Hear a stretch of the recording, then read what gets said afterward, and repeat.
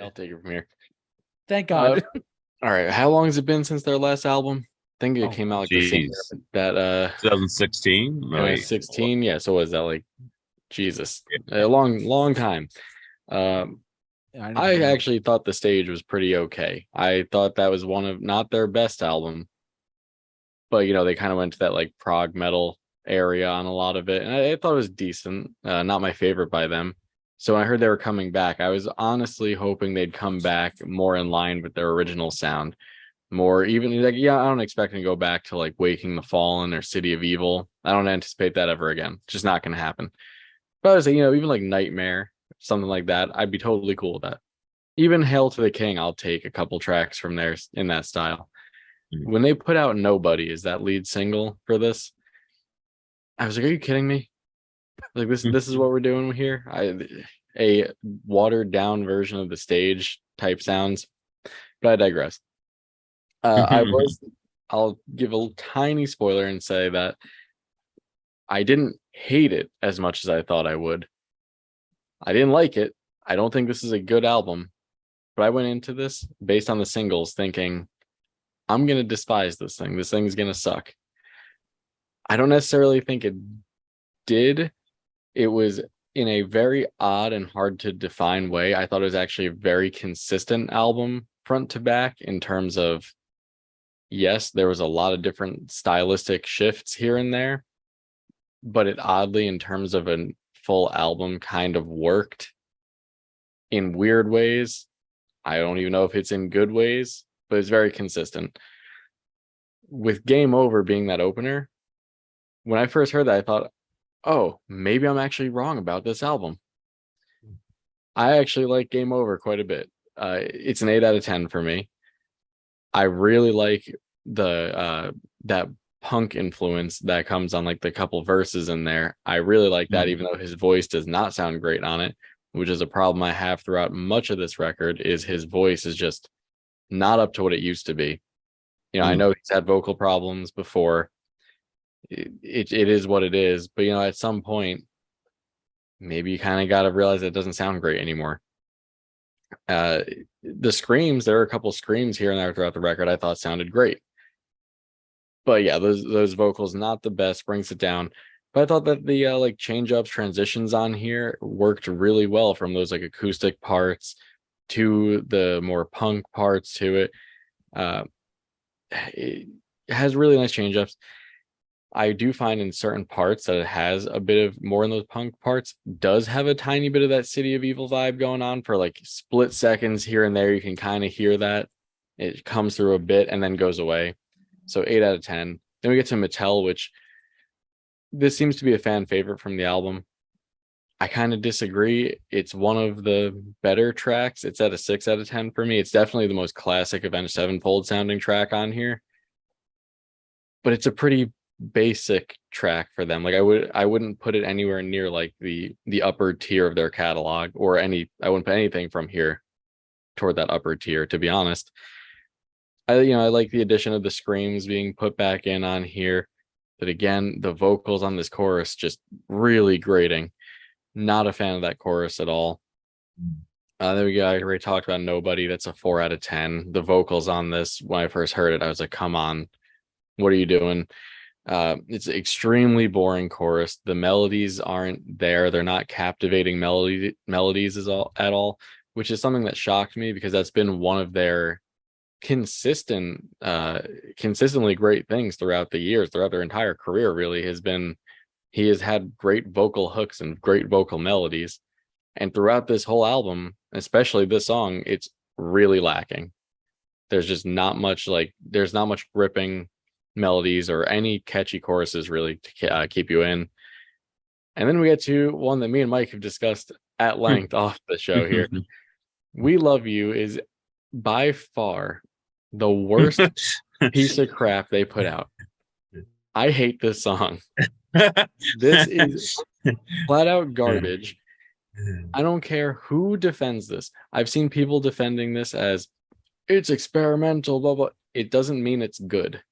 You can be experimental and not be good.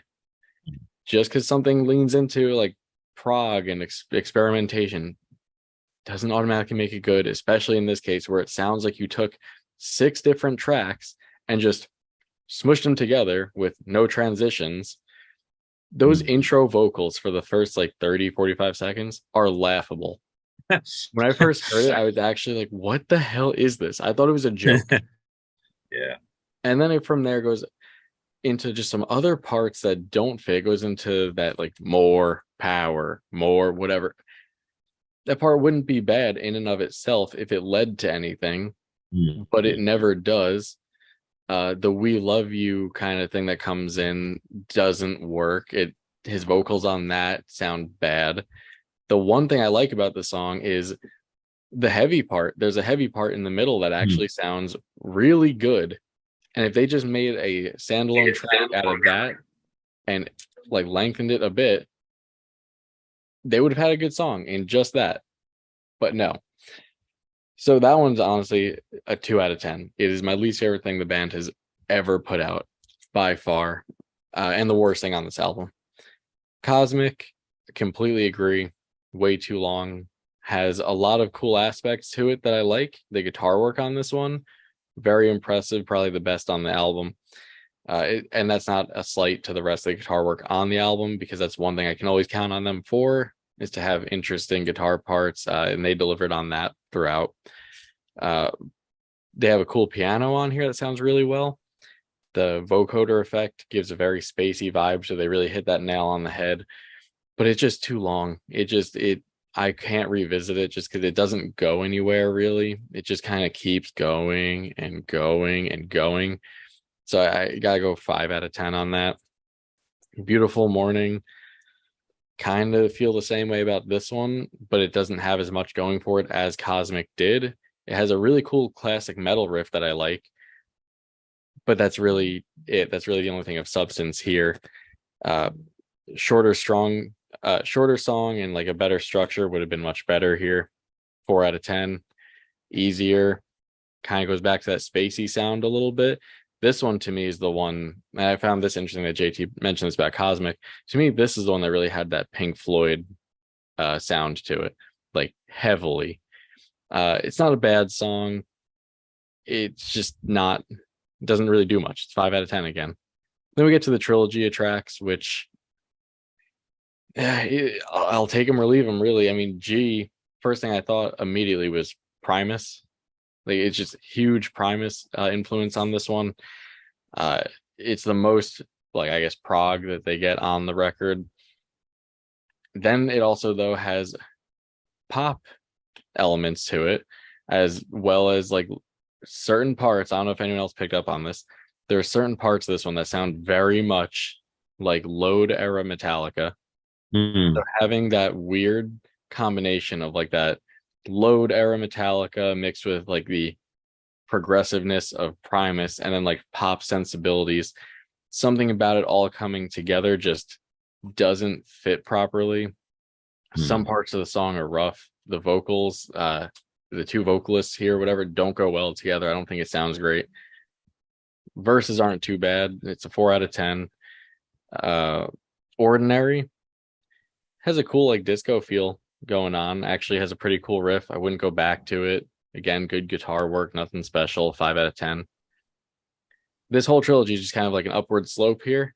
Death, my favorite of the three. It's a cool epic ending to the trilogy of songs, but even then it just sits at like a 6 right along with Mattel, where it's good, but I'm probably not going to go back to it.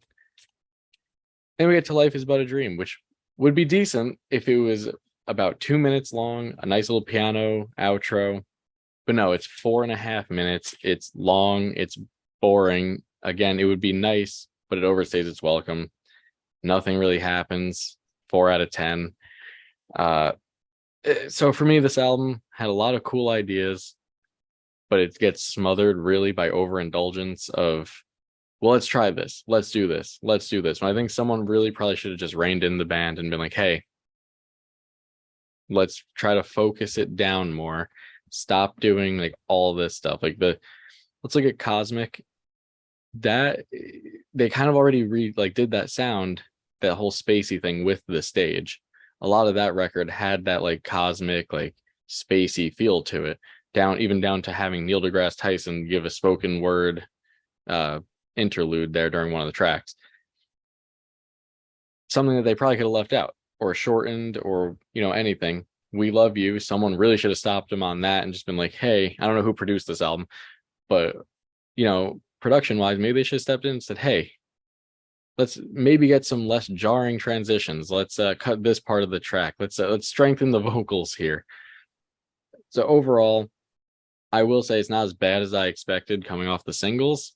There are, Game Over, I think, is really solid. There are a couple other tracks that I think are decent, middle of the road.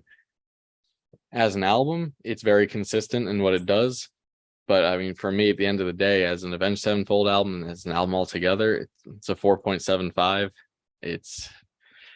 I didn't hate it as much as I thought I would. I don't like it. It's definitely more leaning towards bad than anything, but pretty middle of the road. Other than We Love You, I didn't think there was anything like truly offensively bad on it.